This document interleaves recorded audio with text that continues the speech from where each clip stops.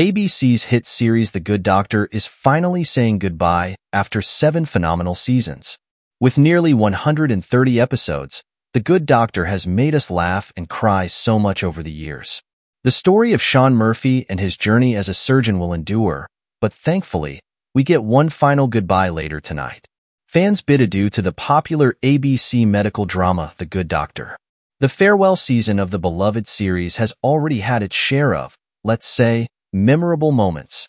There was hope that the world of the TV series would continue anew with a spin-off, The Good Lawyer, but that never came to fruition.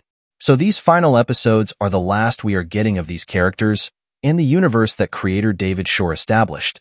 The majority of The Good Doctor Season 7, Episode 10, was so gloomy that I was counting down the minutes until the finish, but the final 5 minutes were all I could have asked for. In the season finale, that's not the kind of reaction a 7-year-long devoted fanbase should have to a series finale. Claire's life was in danger in another part of the finale, which focused mostly on Dr. Glassman's refusal to contemplate more therapy for his brain cancer. After devoting the last 3 episodes to Asher's funeral, Sean was desperate to save Glassman, who was determined not to be saved. It appeared as though the show might conclude with a double burial. That was neither therapeutic nor enjoyable. It was harsh and needless. Even after years of excellent health, cancer can return, and when it does, it is devastating. But the goal of yearly scans is to identify resurgences early and treat them before they become life-threatening. Naturally, that isn't always feasible. Nevertheless, it didn't seem likely that Glassman's brain cancer would be fatal, given that he had scans recently and showed no symptoms.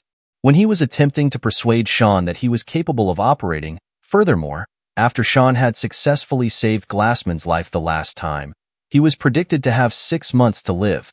It was unfair for Glassman to expect Sean to accept that the fight with cancer was finished. This seemed like a cheesy story device to justify Sean's memorialization of Glassman during the final 5 minutes of the show. It was gloomy and unduly manipulative. By skipping in time from when Glassman informed Sean of his diagnosis to when Glassman passed away, the series may have had the same outcome. The final hour of the story might have been devoted to showing Sean's obsession with crafting the ideal opening for the Neurodiversity Foundation, intercut with flashbacks showing Glassman attempting the experimental cure Sean and Charlie discovered but failing, forcing them to finally accept the tragic conclusion that occurs when a person declines cancer treatment.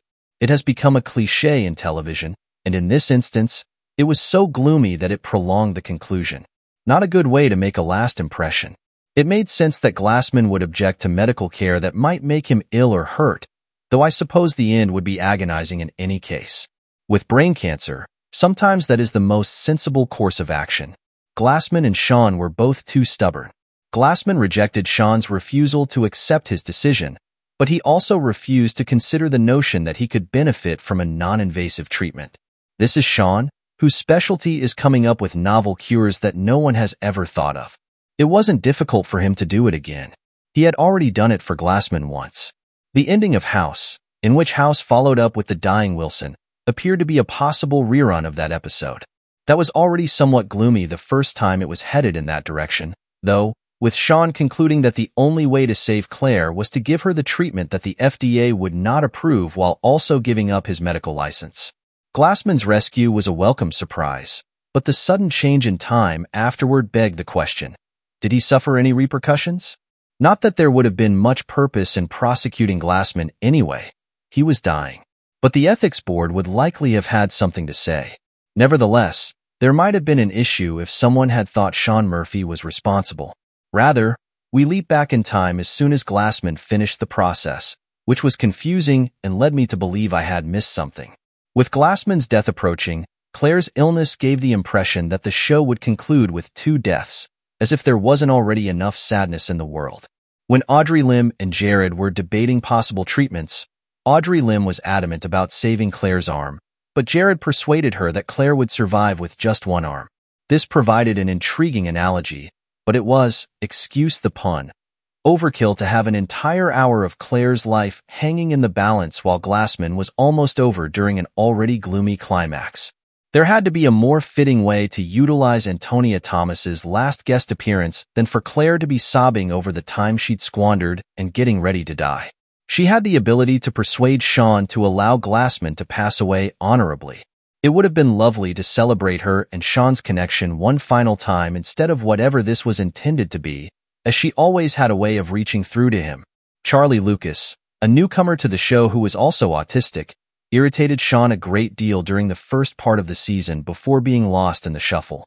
She wasn't even present when the Neurodiversity and Medicine Foundation was unveiled in the epilogue. Her sole responsibility was to help Sean with Claire's care. How could that make any sense? The rivalry between Sean and Charlie ought to have persisted throughout the season rather than being abruptly dropped, with Sean eventually accepting Charlie as a mentor. That would have completed the circle in the series, with Sean mentoring Charlie after serving as Glassman's resident mentor. It would have been the ideal way to pay tribute to Glassman.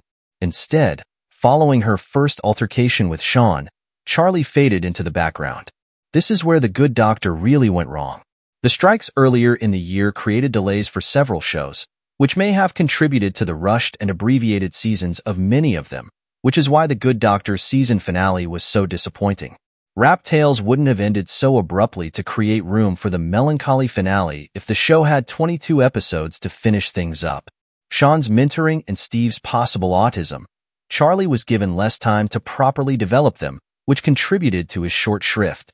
Similarly, the story may have happened in smaller doses and been less agonizing and irritating if Glassman's diagnosis had been given some breathing room instead of going from diagnosis to certain death in one episode. If the treatment didn't work, Sean might have experienced brief moments of hope before having to come to terms with the fact that there was nothing more that could be done. The way it was done was not as poignant as the story that may have been.